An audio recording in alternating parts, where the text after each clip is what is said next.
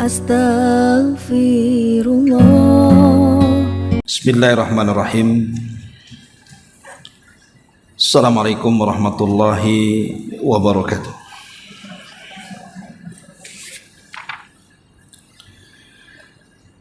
Alhamdulillah, wassalatu wassalamu ala rasulillah wa ala alihi wa sahbihi wa mawalah wa la hawla wa la quwata illa billahi wa ba'du. Alhamdulillah, di pagi hari ini kita kembali duduk di Masjid Sukajadi dalam rangka talabul ilmi. Salawat dan juga salam tetap kita hadiahkan kepada Rasul kita Nabi besar Muhammad sallallahu alaihi wa ala alihi wasallam. Kita lanjutkan kembali kajian kita, masih membahas kitab 175 Jalan Menuju Sorga, dan kita masuk pada halaman ke-78 poin 30, keutamaan akhlak mulia.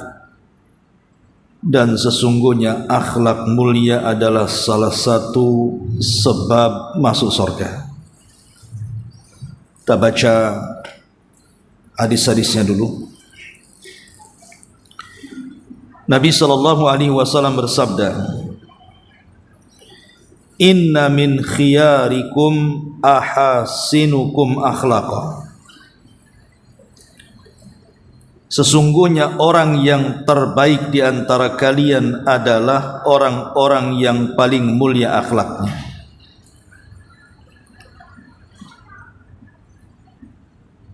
Kemudian hadis berikutnya, an Abi Hurairah radhiyallahu anhu qala, su'ila Rasulullah sallallahu alaihi wasallam an aktsari ma yudkhilun nasal jannata faqala taqwallahi wa husnul khuluqi, wa su'ila an aktsari ma yudkhilun nasan nara faqala al-fam wal faraj. Dari Abu Hurairah radhiyallahu anhu, dia berkata, Nabi SAW pernah ditanya tentang perkara yang paling banyak memasukkan manusia ke dalam sorga. Beliau menjawab, takwa kepada Allah dan akhlak yang mulia. Kemudian beliau ditanya tentang perkara yang paling banyak memasukkan manusia ke dalam neraka. Beliau menjawab, mulut dan kemaluan. Kemudian Rasul mengatakan juga, ma syai'un athqalu fi mizanil mu'mini yaumal qiyamati min khuluqin hasanin wa innallaha la yubghidul fahishal badhi. Tidak ada satu amalan yang paling berat dalam timbangan seorang mukmin pada hari kiamat daripada akhlak yang mulia, dan sungguh Allah membenci orang yang banyak bicara dan suka berkata kotor. Kemudian Nabi SAW bersabda, innal mu'min la yudriku bi husni khuluqihi darajatas sa'imil qa'im. Sungguh seorang mukmin akan mendapatkan tingkatan seseorang yang selalu berpuasa dan salat malam dengan kemuliaan akhlaknya. Dan Rasul mengatakan, akmalul mu'minina imanan ahsanuhum khuluqah. Orang yang paling sempurna keimanannya dari kalangan orang-orang mukmin adalah yang paling mulia akhlaknya. Rasul juga bersabda, inna aqrabakum minni majlisan yaumal qiyamah ahasinuhum akhlaqa. Sungguh orang yang di antara kalian yang paling dekat tempat duduknya denganku pada hari kiamat adalah orang yang paling mulia akhlaknya di antara kalian. Dan Rasul juga mengatakan, inna min ahabbikum ilayya wa aqrabikum minni majlisan yaumal qiyamati ahasinukum akhlaqa wa inna abghadakum ilayya wa ab'adakum minni majlisan yaumal qiyamah ath-thartharuna wal mutasyaddiquna wal mutafayhikuna. Qalu ya Rasulullah qad alimna thartharun wal mutasyaddiqun famal mutafayhikuna? Qala al mutakabbirun. Sungguh orang yang paling aku cintai dan orang yang paling dekat tempat duduknya denganku pada hari kiamat adalah orang-orang yang paling mulia akhlaknya di antara kalian. Sedangkan orang yang paling aku benci dan orang yang paling jauh dariku tempat duduknya pada hari kiamat adalah ats-tsartsarun, orang yang banyak bicara. Al-mutasyaddiqun, orang-orang yang sok fasih dalam bicara. Al-mutafayhikun. Para sahabat bertanya, wahai Rasul, kami telah mengetahui ats-tsartsarun dan al-mutasaddiqun. Lalu apa al-mutafayhikun itu? Maka beliau mengatakan mereka adalah orang-orang yang sombong. Abdullah ibn Mubarak rahimahullahu ta'ala ketika mendefinisikan kalimat husnul khuluq adalah kelembutan wajah, menyebarkan hal yang ma'ruf dan menolak gangguan. Dan Imam Tirmidzi ketika menjelaskan makna al-mutasaddiqun berkata, al-mutasaddiqun adalah orang yang sering lancang terhadap manusia di dalam berbicara dan selalu meremehkan manusia. Baik, inilah hadis-hadis tentang keutamaan husnul khuluq, baiknya akhlak. Ma'asyiral muslimat yang dimuliakan Allah Subhanahu wa taala, manusia tidak mungkin mampu melembutkan manusia yang lainnya dengan harta. Berapalah harta ibu yang ibu bagi-bagikan kepada orang supaya orang itu suka dan cinta dengan kita. Sekaya apapun orang itu tidak sanggup memberikan kekayaannya kepada semua orang. Ataupun boleh jadi mungkin dengan jabatan dia gunakan jabatannya untuk supaya manusia suka dengan dia. Ya, ketika ada jabatan, kalau jabatannya kemudian berhenti, macam mana pula nasibnya?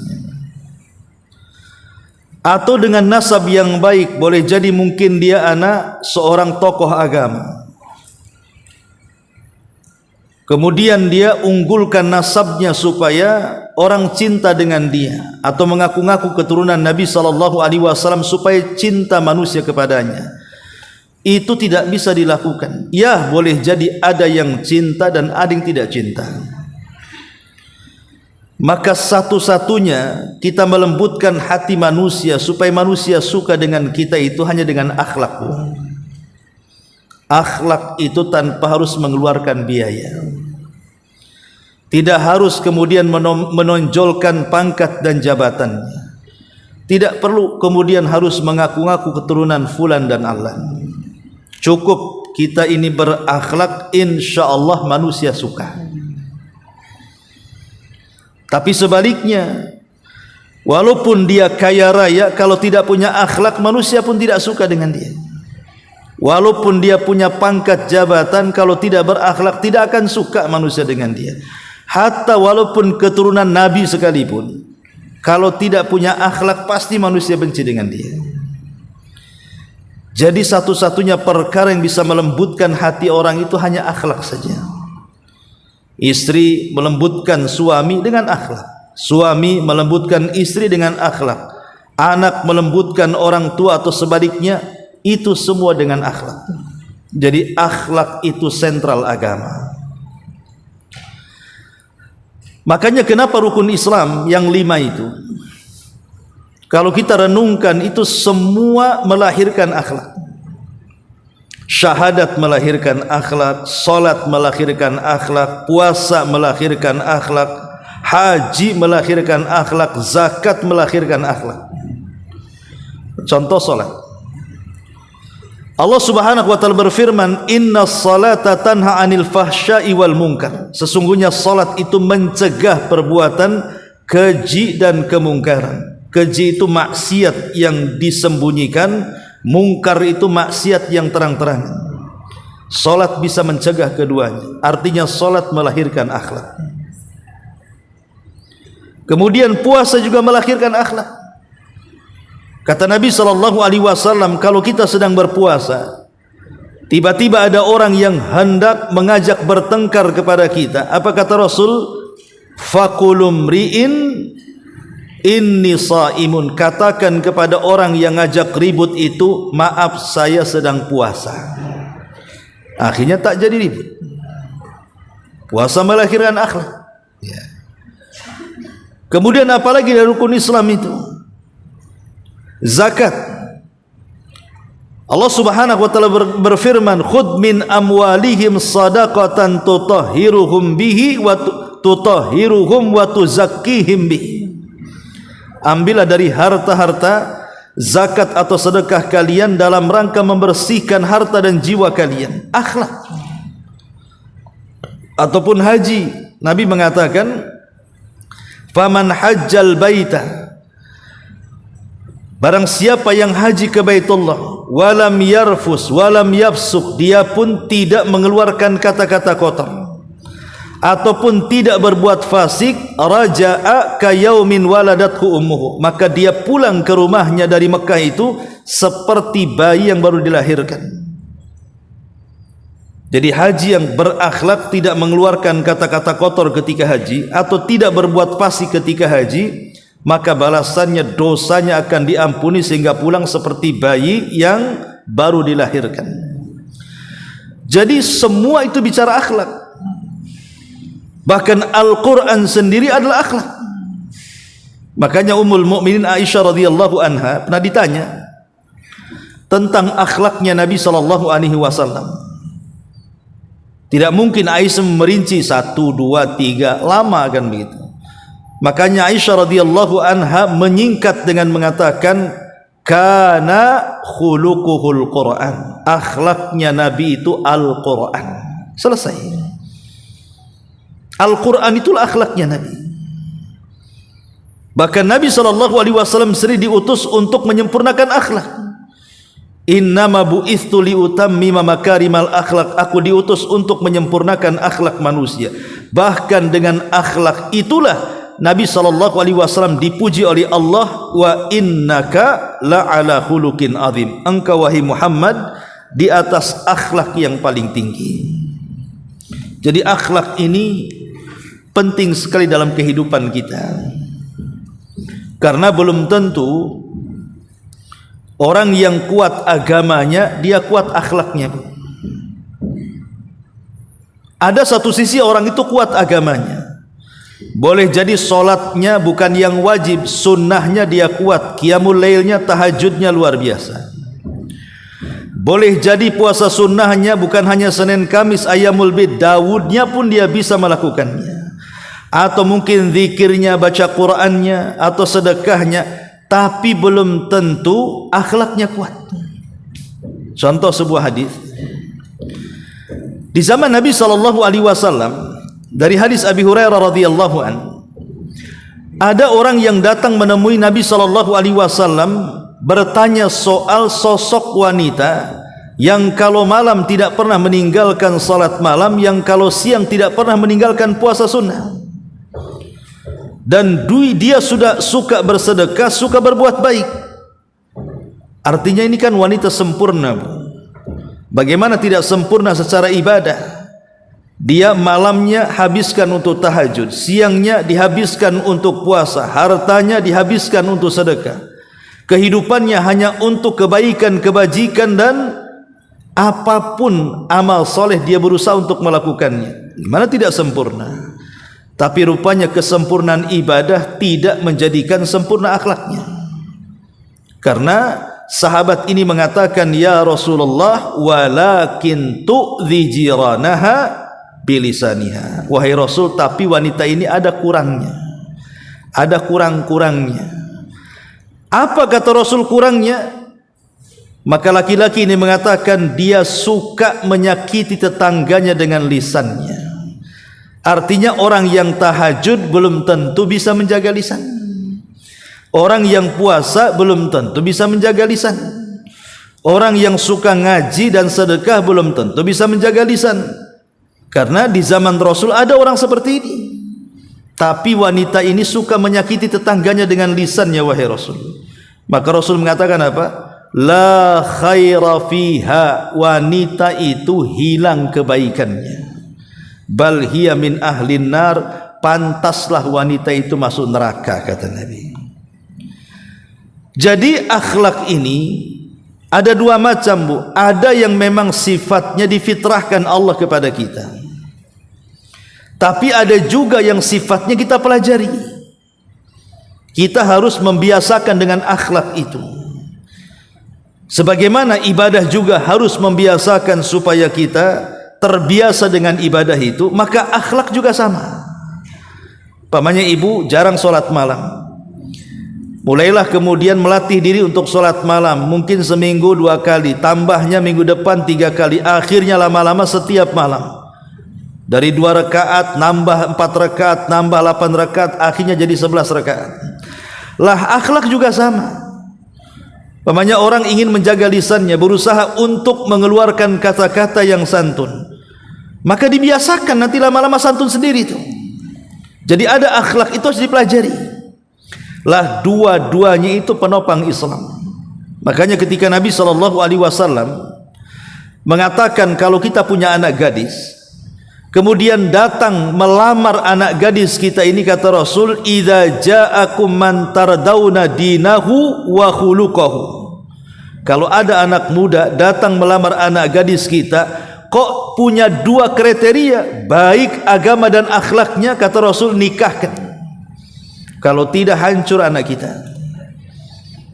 Dari sini menunjukkan apa? Rasul mengatakan baik agama dan baik akhlaknya, artinya dua-duanya harus baik itu.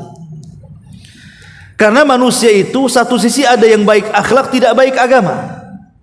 Memang dia luar biasa orangnya, senyumnya lebar, ucapannya santun, tangannya suka membantu, tapi tak sholat pula dia. Ada orang kayak gitu tuh. Satu sisi Masya Allah sholatnya luar biasa, jidatnya saja sampai hitam karena banyak sujud. Kemudian juga badannya sampai ramping karena saking banyak puasa. Tapi kalau ngomong nyelekit, Bu, suka nyakiti orang. Ya. Makanya harus balance itu ibadah dengan akhlak itu. Baru kemudian orang itu dianggap orang baik. Karena yang namanya hubungan itu kan ada yang sifatnya ke atas, ada yang sifatnya ke bawah. Ke atas itu maksudnya hubungan kita dengan Allah itu disebut dengan ibadah.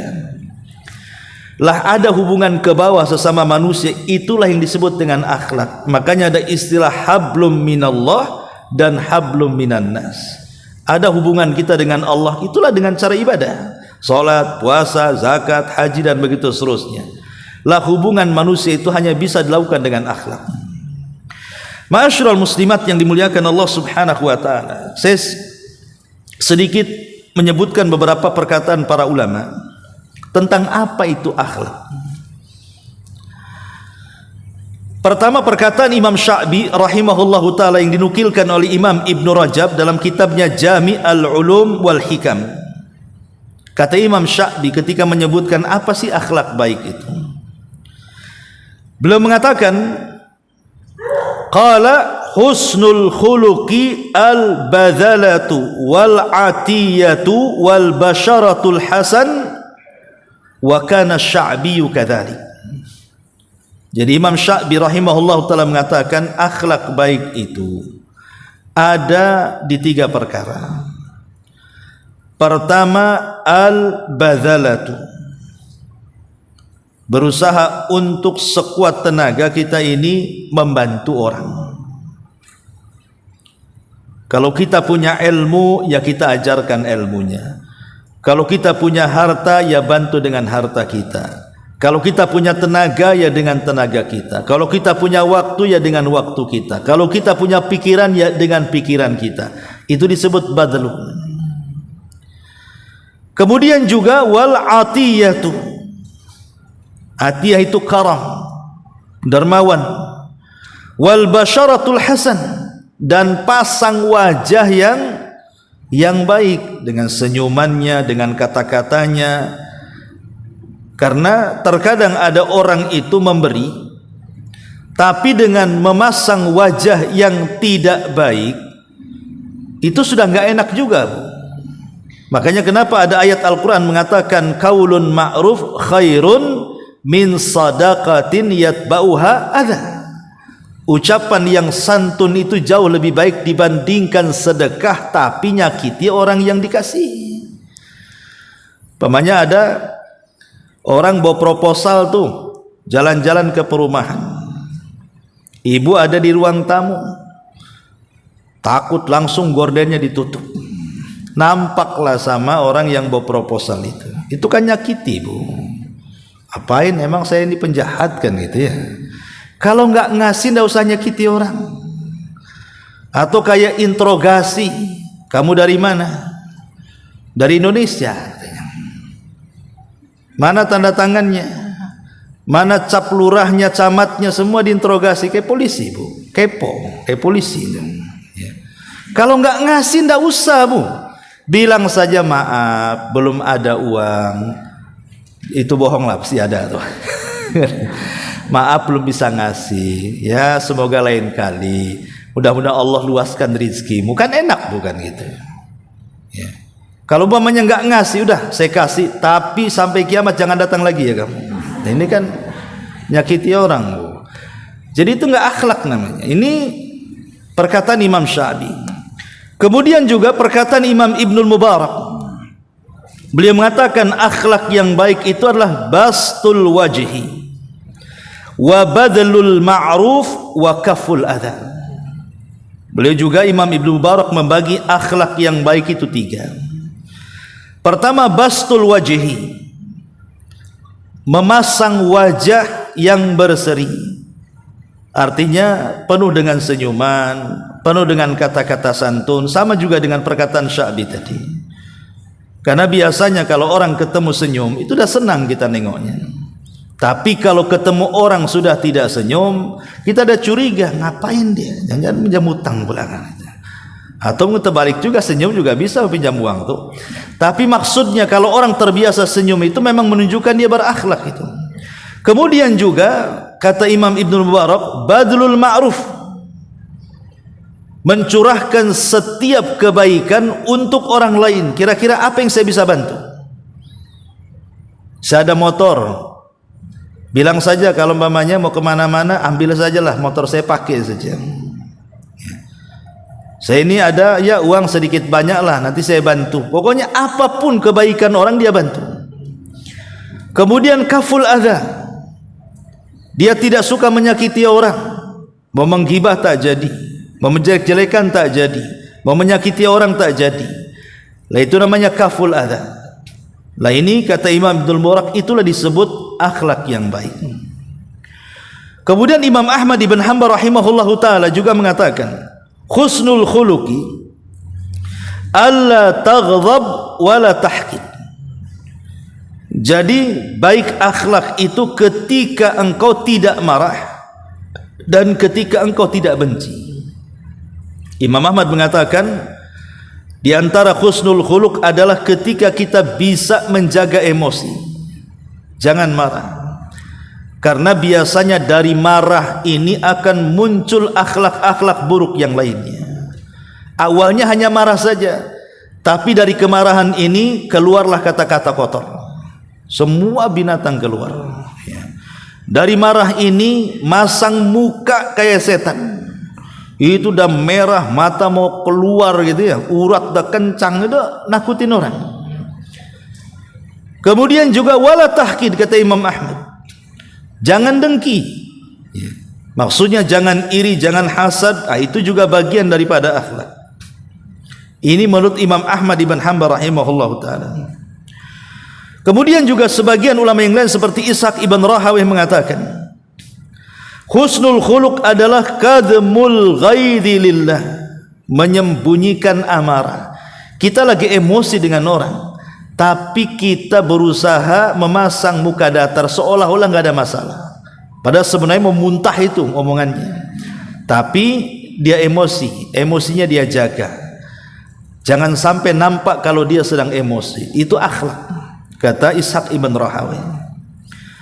Idharut talaqati, menampakkan senyuman dalam wajahnya. Wal afu aniz zalin, dan berusaha untuk memaafkan kepada orang yang tergelincir. Wa kaful adza an kulli muslimin, mencegah tidak melakukan keburukan kepada siapapun dari orang-orang Islam. Termasuk juga wassamahatu, dan berusaha untuk lapang dada dan bisa memaafkan. Lah ini di antara perkataan para ulama tentang akhlak. Ya. Bahkan sebagian para ulama juga ada yang mengembangkan akhlak itu dan mengatakan ayyakunal insanu katsiral haya'i qalilal adza, katsiras salahi saduqal lisani qalilal kalami, katsiral amali qalilaz zalali qalilal fuduli, barran wa wusulan waquran saburan syakuran radiyan haliman rafiqan afifan syafiqan, la la'anan wala sabbaban wala nammaman wala mugtaban wala ajulan wala haqudan wala bakhilan wala hasudan basyasan hasyasan, yuhibbu fillahi wa yaradallah wa la yaghdab illa lillah. Sampai ulama mengembangkan akhlak itu adalah katsiral haya, memperbanyak perasaan malu. Maksudnya malu untuk melakukan kemaksiatan. Qalilal adza, menyedikitkan untuk menyakiti orang. Kalau bisa jangan menyakiti orang. Katsiras salah, berusaha untuk memperbaiki orang. Ada orang yang bertengkar, berusaha kita damaikan. Saduqal lisan, lisannya ini kalau bicara semua kebenaran dan kejujuran, dia tidak pernah ngomong dusta atau hoax. Qalilal kalam, dan sedikit bicara, atau kalau tidak bisa berkata santun dia diam. Katsiral amali, banyak beramal, tapi qalilaz zalali, tapi berusaha sedikit tergelincir. Qalilal fuduli, dan berusaha untuk tidak memperbanyak hal-hal yang tidak bermanfaat. Barron, berusaha untuk birrul walidain. Wa wusulan, berusaha untuk bersilaturahim. Wa quran, berusaha untuk tenang, tidak tergesa-gesa. Saburan, berusaha untuk sabar. Syakuran, berusaha untuk bersyukur. Radiyan, berusaha untuk ridha. Haliman, berusaha untuk lembut. Rafiqan afifan syafiqan, berusaha untuk menjaga kehormatan dan tidak memecah belah orang. La la'anan, tidak suka melaknat. Wala sabbaban, tidak suka mencela.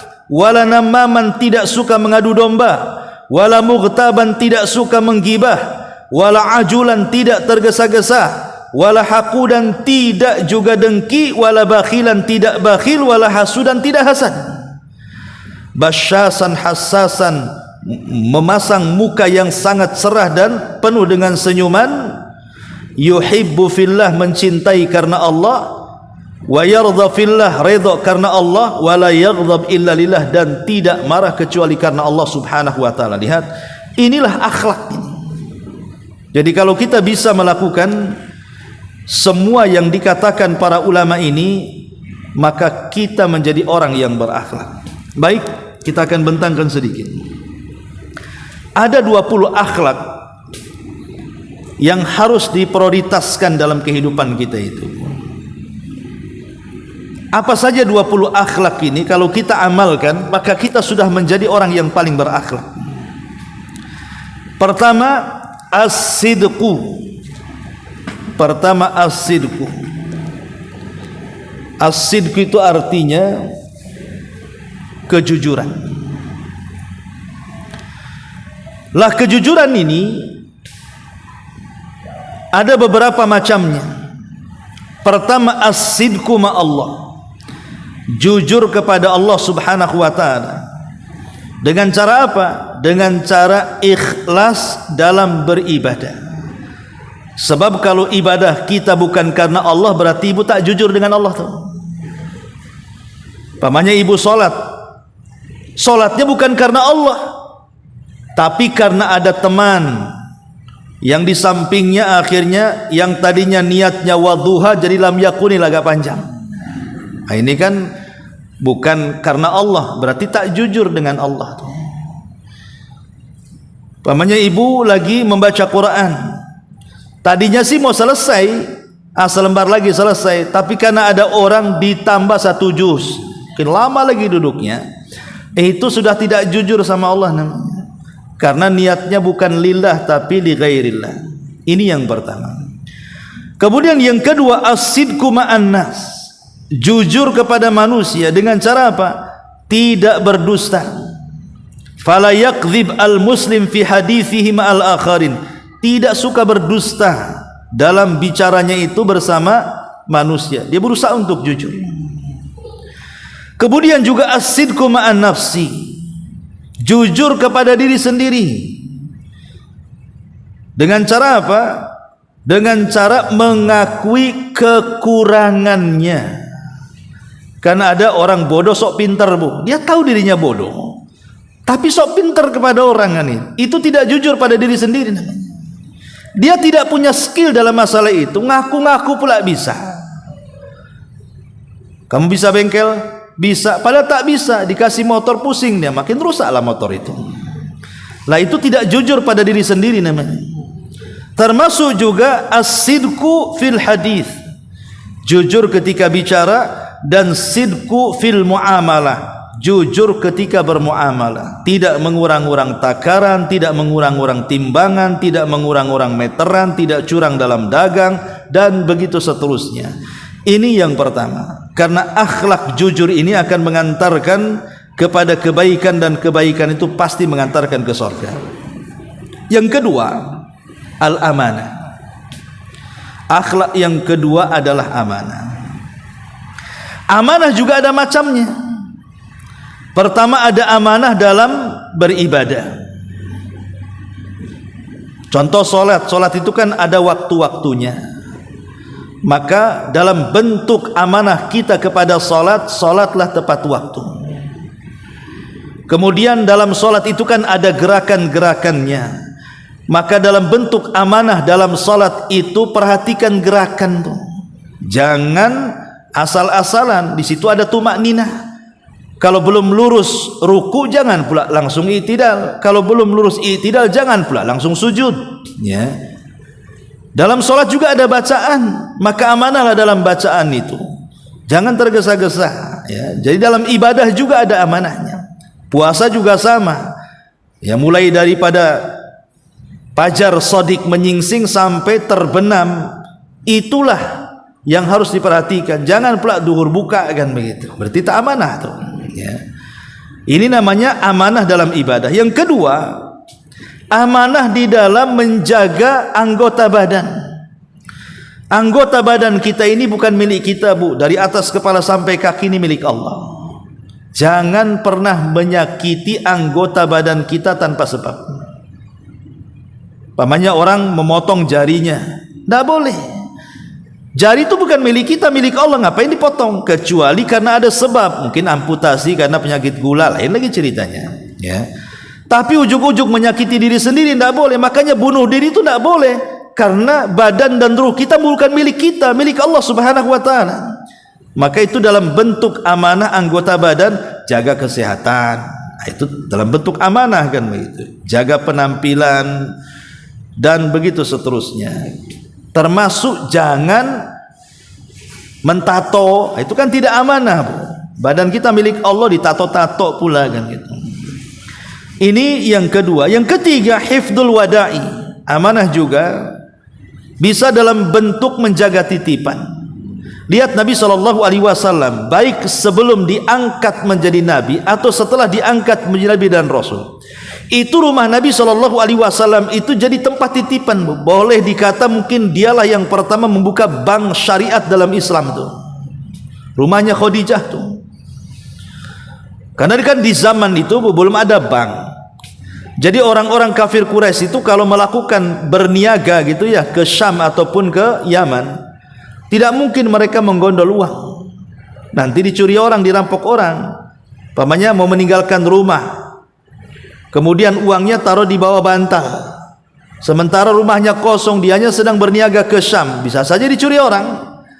Makanya biasa uang-uang mereka itu dititipkan ke rumah Nabi, sampai mereka datang dibalikan lagi itu duitnya.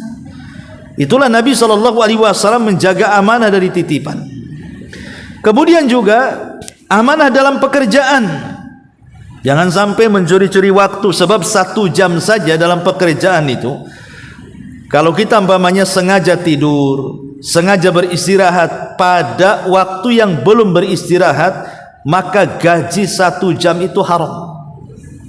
Haram gaji 1 jam itu, karena kita sudah mencuri waktu namanya. Tidak amanah dalam waktu. Termasuk juga amanah dalam berbicara dan mendengar, itu juga amanah. Kita mendengar sesuatu, ya sudah cukup telinga kita aja yang dengar, jangan pula lisan menyampaikan apa yang kita dengar. Karena Rasul mengatakan kafa bil mar'i ithman an yuhadditsa bikulli masami. Cukuplah orang itu dikatakan pendosa ketika dia bicara semua yang didengarnya. Tidak semua yang didengar harus dibicarakan, Bu. Contohnya yang sering saya ulang-ulang, ibu ini kan umpamanya tinggal di perumahan, dan rata-rata rumah di Batam ini kan kopel, Bu, ya kan. Nah, tetangga dengan tetangganya itu satu dinding itu, sehingga kadang-kadang apa yang dibicarakan tetangga kedengaran pula ke telinga kita. Apalagi nggak pakai tembok, pakai triplek, Bu. Oh, apalagi tripleknya bolong-bolong, makin dengar lagi kan. Lah ini tidak semua yang dibicarakan tetangga itu kita ceritakan kepada orang, bahkan cukup kita yang tahu. Itulah namanya hifdzul amanah. Ini akhlak yang kedua. Kemudian akhlak yang ketiga, ghaddul basar, menundukkan pandangan. Menundukkan pandangan ini dari apa? Pertama, menundukkan pandangan dari aurat manusia. Jangan memandang aurat manusia, baik lawan jenis atau satu jenis. Kan sekarang ibu lihat di handphone itu, kadang-kadang nengok YouTube atau nengok apa gitu, sinetron atau apa kan gitu. Ini penggemar drakor nih biasanya kan. Nah itu kan terkadang walaupun sesama ibu nonton perempuan di situ, tapi kan dia tidak pakai pakaian yang syar'i kan. Dia nampak betisnya, nampak auratnya. Walaupun ibu dengan ibu tetap tidak boleh. Harus menjaga pandangan, apalagi dengan laki-laki. Ini yang pertama ya, maksudnya ghaddul basar an auratin nas, tundukkan pandangan dari aurat manusia. Yang kedua, ghaddul basar an buyutin nas, menundukkan pandangan dari rumah-rumah manusia. Ibu lagi jalan di perumahan, nampaklah ada rumah tetangga itu pintunya terbuka, sempat-sempatnya berhenti nengok, ada apa di dalam itu katanya. Nggak usah, Bu, ya. Tundukkan pandangan dari rumah manusia. Nggak boleh kita ini melihat-lihat manusia, rumah orang. Pamannya ibu sedang main ke rumah kawan, kemudian ibu sudah salam 3 kali, assalamualaikum, tak dijawab. Assalamualaikum, tak dijawab. Assalamualaikum, tak dijawab. Pulang, Bu. Jangan mutar ke belakang nengok di jendela, ada orangnya enggak. Enggak boleh, Bu. Itu ghaddul basar. Harus menundukkan pandangan. Takutnya yang dilihat di jendela lain pula, bukan? Makanya kemudian Rasul mengatakan salam itu 3 kali, kalau tak dijawab balik. Makanya jangan dihabiskan sekali nafas, Bu. Tok tok tok, assalamualaikum, diam aja dulu, ya. Nanti agak keras Bu, tapi jangan pakai palu. Dok, dok, dok, assalamualaikum. Kalau sudah 3 kali tak dijawab, balik Bu. Itu memang syariatnya seperti itu. Tidak boleh tajassus kita. Ya. Ini yang kedua. Kemudian yang ketiga, ghaddul basar amma fi aidin nas. Tundukkan pandangan dari apa-apa yang dimiliki manusia. Oh, tetangga lagi bangun rumah, rumah kita belum ditingkat, tetangga sudah ditingkat. Biarin, nggak usah ditengok-tengok. Ya, nanti setruk Bu. Kan ya? Aduh, udah 20 tahun tak ditingkat, kok baru sebelah beli udah ditingkat. Dari mana tuh duitnya tuh? Jadi kemana-mana nanti. Ya, tetangga baru punya mobil, nggak usah dilihat. Ghaddul basar, tidak masalah. Kita belum ada mobil, atau mungkin mobil kita lama tidak ganti-ganti, nggak ada masalah. Ghaddul basar, tetap menundukkan pandangan. Karena begini, Nabi mengatakan, kalau kita terus memandang kepada apa yang di tangan manusia, maka kita tidak akan pernah bersyukur dalam hidup kita. Makanya kenapa Rasul mengatakan, lihatlah ke bawah, jangan lihat ke atas. Dalam bab dunia maksudnya ya. Tapi dalam bab akhirat, jangan pula hadis ini ibu pakai. Karena dalam bab akhirat itu justru disuruh memandang ke atas, jangan memandang ke bawah. Ada kawan hafal pamannya juz amma, ibu tak hafal. Tapi ada juga yang tak bisa ngaji. Jangan pula, masih mending saya tak hafal juz amma tapi saya bisa ngaji. Si anu tak bisa ngaji, tak bunyi pun kalau ngaji itu. Kan nggak bisa seperti itu dalam bab agama tuh. Dalam bab agama itu harus melihat, masa si anu bisa hafal saya tak hafal, gitu maksudnya. Tapi kalau bab dunia ya harus pandang ke bawah, jangan pandang ke atas. Itu disebut ghaddul basar juga. Jadi maksudnya memandang ghaddul basar, menundukkan pandangan itu pada 3 perkara tadi, pada aurat manusia, pada rumah-rumah manusia, dan pada harta-harta manusia. Tundukkan pandangan. Ini juga akhlak yang mulia yang ketiga. Kemudian akhlak yang mulia yang keempat, al-hilmu. Al-hilmu itu artinya takhiru mukafati zalim.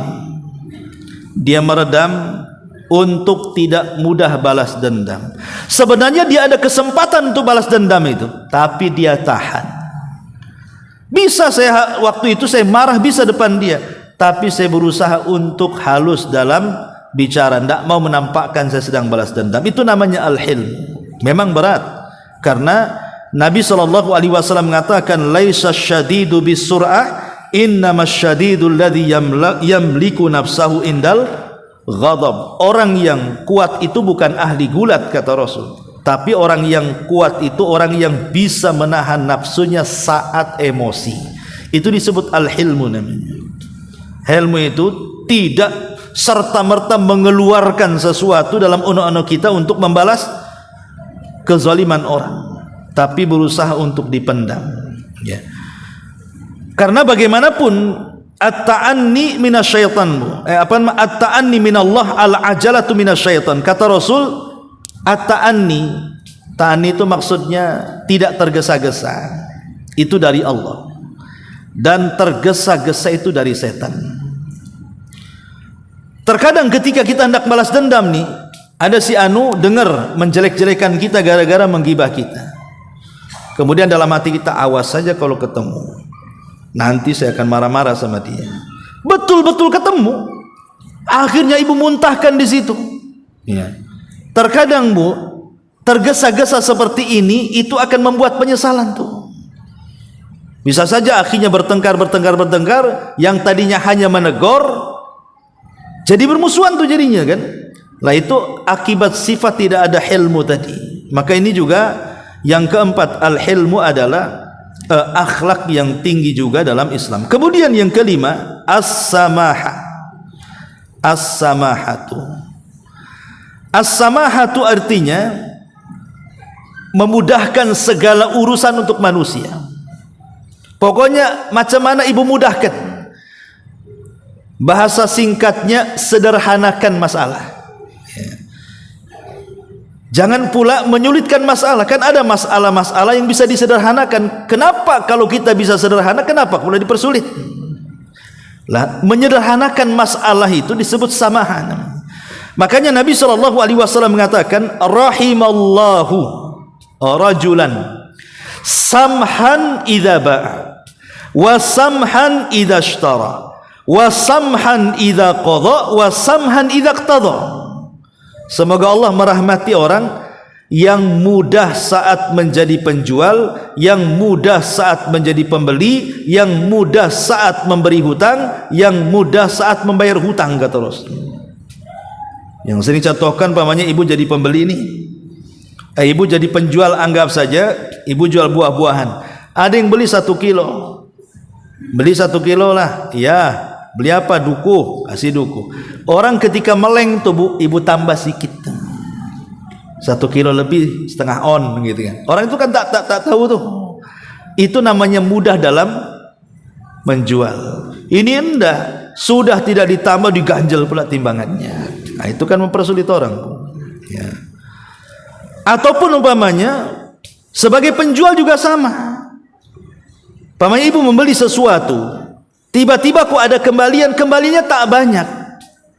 Umpamanya ibu membeli sesuatu itu harganya 100, bawa uang 100.000, rupanya harganya 99.000, berarti kembali 1.000 bu. Ditunggu yang 1.000 itu, pokoknya harus kembali yang 1.000 itu. Akhirnya penjual ini sudah bilang nggak ada kembaliannya, ya pokoknya harus ada katanya. Jadi carilah 1.000 keliling pasar bu sampai sore. Kan kasihan penjual itu jadinya. Harusnya melayani banyak orang, gara-gara uang 1.000 kan mempersulit orang jadinya. Padahal apalah 1.000, kalau ibu ikhlaskan kan berkah tuh apa yang ibu beli itu. Selain ibu membeli sesuatu, dapat pula pahala sedekah di situ. Ya. Lah itu orang jangan sampai mempersulit. Kalau orang mempermudah semuanya, sudahlah ambil saja 1.000 saja.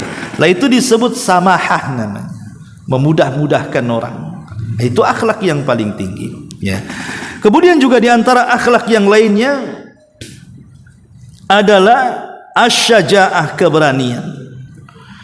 Berani itu akhlak yang mulia, tapi berani dalam kebenaran. Karena kalau ibu punya suami lemah, ibu nggak suka juga kan. Ibu diledek sama tetangga, dijelek-jelekin sama tetangga, lapor sama suaminya. Suaminya diam saja, lemas gitu kan, takut. Mana ibu mau punya suami kayak gitu kan itu. Jadi tidak berani itu bukan akhlak, tapi berani maksudnya membela kebenaran, membela izzah dan kehormatan. Itu suka orang itu. Maka sifat berani juga bagian daripada akhlak, tapi catatan tadi berani dalam kebenaran gitu ya, bukan berani dalam kebatilan. Ataupun sebaliknya berani mengakui kesalahan, itu juga bagian daripada akhlak. Tahu mamanya anak ibu bertengkar dengan anak tetangga, akhirnya kemudian ibu ya tentu bela anaknya, yang tetangga juga bela anaknya, akhirnya bertengkar. Dari mulai bertengkar anak sampai bertengkar orang tua. Anaknya sudah salaman, ibunya 7 turunan tidak mau damai kan. Lah sebenarnya kan kita bisa mana yang salah. Loh, kalau anak kita yang salah, beranilah minta maaf. Lah itu akhlak namanya, keberanian seperti ini ya. Jadi ini juga termasuk akhlak yang baik. Kemudian juga di antara akhlak yang baik juga al-muru'ah. Muru'ah itu maksudnya menjaga kehormatan. Lah muru'ah sendiri ada macam-macamnya. Pertama ada al-muru'atu ma'allah, menjaga kehormatan kepada Allah dengan cara apa? Menanamkan sifat malu, dan rasa malu tidak mendatangkan kecuali kebaikan. Dengan cara apa? Al-muru'ah ma'allah, bersama Allah itu maksudnya antahfadar ra'sa wa ma wa'a wa antahfadal batna wa ma hawa. Kata Rasul, malu kepada Allah itu menjaga isi kepala dan menjaga isi perut. Ya, menjaga kepala ya ada pandangan, ada pendengaran, ada lisan yang bicara, ada otak yang berpikir. Jaga tuh semuanya. Termasuk juga menjaga perut untuk tidak masukkan yang diharamkan. Ya, termasuk juga di situ ada kemaluan untuk tidak berzina dan begitu seterusnya. Ini yang pertama. Yang kedua, al-muru'atu ma'al khalqi. Muru'ah kepada manusia. Caranya apa muru'ah dengan manusia itu? Ada macam-macamnya. Pertama, muru'atul lisan, menjaga kehormatan lisan dengan cara apa? halawatuhu wa tayyibuhu wa layyinuhu. Ucapannya manis, ucapannya baik, ucapannya santun. Jadi kalau ngomong berusaha ambil diksi dan kata-kata yang kira-kira enak didengar. Karena sering saya katakan Bu, kalau ibu ngomong baik, ya, itu yang dengar itu lezat, rasanya enak gitu ya. Enak ngomong sama dia, itu lembut orangnya, nggak pernah ngomong kasar. Jadi orang pun rindu ngobrol dengan kita. Coba kalau ibu ngomong kasar sama orang, kita yang ngomong saja nyesel. Kenapa sih ngomong tadi kayak gitu tuh? Itu yang ngomong aja nyesel tuh. Kenapa sih tadi ngomong kayak gitu ya? Yang dengar bukan nyesel, sakit hati Bu, nyelekit kan itu. Akhirnya tak mau juga ketemu ibu. Ngapain itu? Lisannya ember itu katanya. Jadi akhirnya mencela kan. Lah itulah makanya kenapa muru'ah lisan itu ya menjaga manisnya lisan, kemudian kata-katanya baik dan juga lembut. Kemudian muru'atul khalqi, muru'atul khuluqi, berusaha akhlaknya juga dijaga kehormatannya dengan si'atuhu wa bastuhu lil habibi wal baghid, berusaha untuk berbaik sangka baik kepada orang yang kita cintai ataupun kepada orang yang kita benci. Nabi itu Bu pernah ngomong dengan Aisyah. Jadi ada seorang munafik dari jauh mau datang ke rumahnya. Jadi Rasul mengatakan kepada Aisyah, tahu enggak kamu manusia yang paling buruk itu siapa? Kata Aisyah enggak tahu. Kemudian Rasul mengisyaratkan, itulah orang yang mau datang ke sini katanya. Tiba-tiba ketika Rasul habis ngomong begitu, orang itu datang. Tapi Rasul tidak pernah memasang muka yang tidak enak, padahal jelas-jelas orang itu paling buruk manusia. Tetap saja Rasul menyamakan orang baik dengan orang buruk, dengan wajahnya yang senyum, dengan kata-katanya yang santun. Jadi Aisyah radhiyallahu anha heran. Katanya dia orang yang paling buruk, kenapa dilayaninya seperti orang baik? Jadi Aisyah bertanya kepada Rasulullah setelah orang ini pergi. Maka Nabi SAW menjawab, ya, bahwa walaupun orang itu paling buruk, tapi jangan pula kita berbuat buruk kepada dia. Cukuplah keburukannya dia saja, tapi kita pula jangan ketularan dengan keburukan dia. Nah, ini juga termasuk menjaga muru'ah dalam akhlak, dan begitu seterusnya. Kemudian juga akhlak yang selanjutnya adalah al-mawaddah. Mawaddah itu kasih sayang. Makanya dalam ayat pernikahan itu Allah mengatakan wa ja'ala bainakum mawaddatan wa rahmah. Arti mawaddah itu cinta, ya. Tapi lebih daripada itu maksudnya di sini adalah kasih sayang terhadap kaum muslimin. Kata Nabi sallallahu alaihi wasallam bahwa permisalan kasih sayang atau mawaddah kaum muslimin itu seperti satu jasad. Jadi kalau seandainya di antara jasad ini ada yang sakit, maka semua jasad akan merasakannya. Itulah disebut mawaddah. Jadi kalau ada tetangga yang susah, kita ikut susah, gitu ya. Ada tetangga sakit, ikut sakit. Nah, bagaimanalah jasad kita ini? Kalau kita ini sakit pasti ingin cepat ke dokter, ingin diobati. Kalau kita lapar, ingin cepat cari kuliner supaya cepat hilang laparnya. Kalau haus, cepat ingin minum. Maka seperti itu juga harusnya kalau ada tetangga kita ini yang sakit dan dia tidak punya biaya, tolong. Seolah-olah yang sakit kita. Nah, itu muncul karena sifat mawaddah tadi. Lah itu bagian daripada akhlak. Ya, bagian daripada akhlak adalah menanamkan sifat mawaddah. Kemudian juga di antara sifat yang mulia adalah as-sabru. Ini yang paling penting. Karena sabar itu dalam badan ibarat kepala. Ibu kalau ada kepala hidup pasti mati. Gak percaya, penggal aja kepalanya. Orang kalau tidak punya kepala pasti mati. Lah orang kalau tidak sabar Bu, tidak perlu hidup orang itu. Karena hidup ini adalah sabar. Ya. Siapa yang diantara kita tidak pernah diuji? Pasti diuji. Pasti diuji. Ujian Allah itu macam-macam. Ada diuji dengan ucapan manusia yang nyelekit, ada yang diuji dengan kesehatan, ada yang diuji dengan harta, ada yang diuji dengan ekonomi, ada yang diuji dengan anak-anak, ada yang diuji dengan orang tua, dengan tetangga, macam-macam ujian orang itu. Maka kalau orang tidak pernah sabar, pasti dia mati. Maka sabar itu ibarat kepala dalam badan. Lah, sabar sendiri memang dalam hal-hal yang harus ditekankan oleh para ulama. Apa saja? Pertama, sabar ketika meninggalkan syahwat yang diharamkan. Sabar di dalam meninggalkan syahwat yang diharamkan. Yang kedua, sabar di atas kefakiran dan kesempitan hidup. Kadang ada orang tidak sabar ketika fakir. Kemudian yang ketiga, sabar di dalam berdakwah. Namanya ngajak orang itu belum tentu dapat taufik. Ibulah ngajak saudara sholat tuh belum tentu dia mau sholat, tapi musuhan sudah jelas gitu ya. Kita ngajak sholat nih saudara, sudah siang malam kayak perang ya. Perangnya jelas, tapi taufik juga tidak kunjung-kunjung datang ke orang yang kita dakwai. Harus sabar ya. Kemudian juga sabar alal adzal ladzi yahsulu minal qiyami bil amri bil ma'ruf wan nahyi anil munkar. Sabar ketika mendapatkan ujian. Pamannya kita mengajak manusia malah dia pula menyakiti kita. Kita mengajak kebaikan dia pula menyakiti kita. Kemudian juga sabar anil kasbi ketika mencari maisha, mencari kehidupan.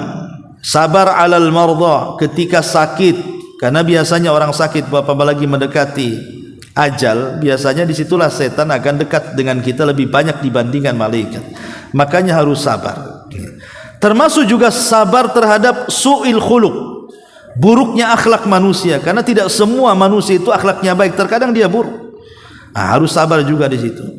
Termasuk sabar menghadapi pasangan dan sabar menghadapi anak-anak dan banyak lagi. Termasuk juga al-ihsan, akhlak berikutnya al-ihsan ilal musi. Berbuat baik kepada orang yang berbuat jahat kepada kita. Dan memang berat Bu ya. Berbuat baik kepada orang yang berbuat jahat ini tidak bisa dilakukan kecuali karena punya akhlak yang baik. Karena pada dasarnya Bu, kalau ibu tidak sanggup menghadapi orang jahat, ulama memberikan tips. Pertama, pura-pura tak kenal. Pamannya ada tetangga ini suka nyakiti ibu, pura-pura tak kenal dengan tetangga. Ibu kenal ibu anu? Enggak. Itu kan di samping ibu, enggak tahu saya. Nah, pura-pura tak kenal. Ya, nggak apa-apa. Karena kalau kita kemudian kenal betul, diingatkan keburukannya, sakit hati nanti. Ibu kenal si anu itu kurang ajar itu. Jadinya kan mencela bukan? Yang tadinya kita nggak keluar kata-kata karena diingatkan orang itu, jadi emosi kita kan. Makanya pura-pura tak kenal, jangan pedulikan gitu maksudnya. Mana dalilnya? Dalilnya tentang Ashabul Kahfi. Ketika Ashabul Kahfi itu dia dimusuhi oleh kerajaan Romawi untuk supaya menyembah berhala, dia kabur. Kemana? Ke gua. Kemudian sampai di gua rupanya ditidurkan 309 tahun. Tidur di situ. Setelah 3 abad lebih tidur, kemudian bangun, rupanya kerajaan yang selama ini mengejarnya runtuh dan mengganti menjadi kerajaan yang baik, kerajaan yang beriman. Artinya mengalahkan musuh tidak harus berperang Bu. Mengalahkan musuh itu cukup tidur saja. Seperti Ashabul Kahfi, tidur, bangun, udah kalah musuhnya, udah runtuh. Ya.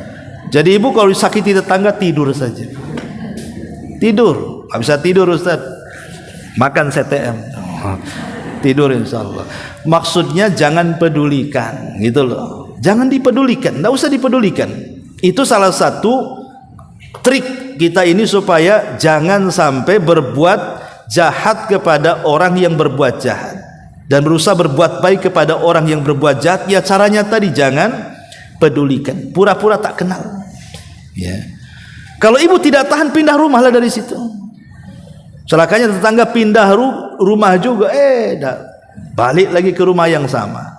Lah ada yang seperti itu. Jadi yang kedua, kalau ibu tidak tahan, ya, tapi kalau ibu tahan, alhamdulillah. Dia berbuat jahat, kita berbuat baik. Dia tidak mau salam, kita yang salam duluan. Ma'asyiral muslimin wal muslimat rahimani wa rahimakumullah. Ya. Bahkan kalau memang bisa dia berbuat jahat, ibu sudah minta maaf, Kasih makanan dia, kasih makanan. Saya dulu pernah juga ngajari istri itu, ya, ada tetangga nggak bagus, kasih aja lah lauk. Akhirnya dibuatkan lauk, digedor, nggak mau dibuka, dicentelkanlah di pagar itu.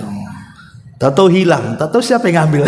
Apa yang jalan, apa yang rumah itu mudah-mudahan yang punya rumah kan. Kalau yang jalan yang ngambil ya mungkin tidak sampai minta maafnya. Intinya bahwa di sini berbuat al-ihsan ilal musi ini bagian daripada akhlak ya. Kemudian juga al-isar, akhlak berikutnya adalah al-isar. Isar itu artinya mendahulukan orang walaupun kita dalam kondisi kekurangan, dan itu akhlak yang dimiliki para sahabat. Mungkin di zaman sekarang sifat isar ini jarang sekali, karena di zaman para sahabat itu ada kisah Nabi ini kedatangan tamu, kemudian Nabi pulang ke rumah istri-istrinya dan mengatakan, hal indakum to'am, ada nggak makanan untuk tamu? Semua istrinya mengatakan tidak ada wahai Rasul. Subhanallah, coba dari semua rumah-rumah istri Nabi tidak ada pula makanan tuh, menunjukkan memang Rasul itu kekurangan ya. Jadi karena tidak ada yang bisa disajikan kepada tamu, Rasul menawarkan kepada para sahabat Ansar, siapa yang mau untuk menjamu tamuku? Akhirnya kemudian adalah, kalau tidak salah sahabat Jabir radhiyallahu mengatakan, saya wahai Rasul, biar malam ini tamumu aku yang jamu. Tanpa berfikir apa di rumahnya ada makanan atau tidak, main aku saja wahai Rasul.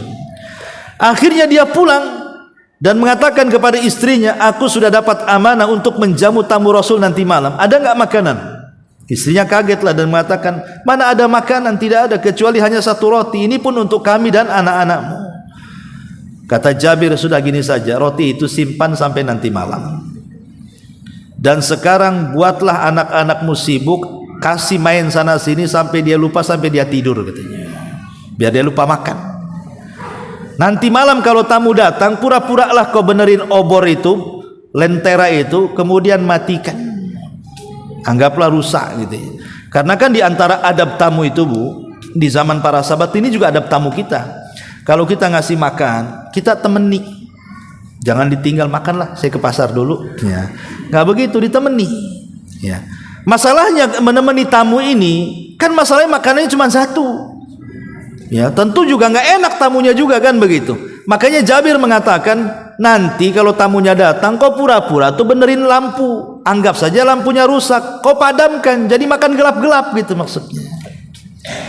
Betul-betul ketika tamunya datang, piringnya 3, dia, istri dan tamunya, istrinya pura-pura kemudian membenerin lampu, digelapkan, jadi gelap gulita, makan gelap-gelapan tuh.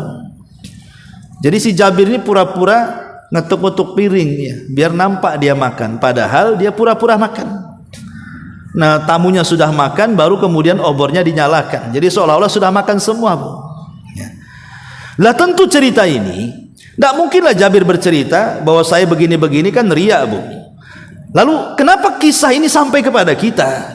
Allah yang mengkisahkan, karena dengan kejadian ini turun ayat masalahnya. Turun ayat Allah Subhanahu wa taala mengatakan, wa yu'thiruna ala anfusihim walau kana bihim khasasah. Surah Al-Hasr ayat 9 turun gara-gara peristiwa Jabir ini. Surah Al-Hasr ayat 9 itu, wa yu'thiruna ala anfusihim walau kana bihim khasasah. Ada di antara para sahabat itu mendahulukan orang lain padahal dia pun lagi susah. Kalau sekarang mana ada ceritanya kayak gini, bantulah, aku aja perlu dibantu, membantu orang pula katanya. Jadi orang sekarang agak sulit untuk memiliki sifat ithar ini, dan tentunya banyak lagi ya, karena juga waktu Bu ya. Intinya bahwa inilah diantara akhlak-akhlak mulia yang disebutkan para ulama. Taib sampai di sini Bu, karena sudah 9:30. Sebelum saya tutup, kalau ada yang mau bertanya, 1-2 pertanyaan silakan. Kalau enggak kita tutup.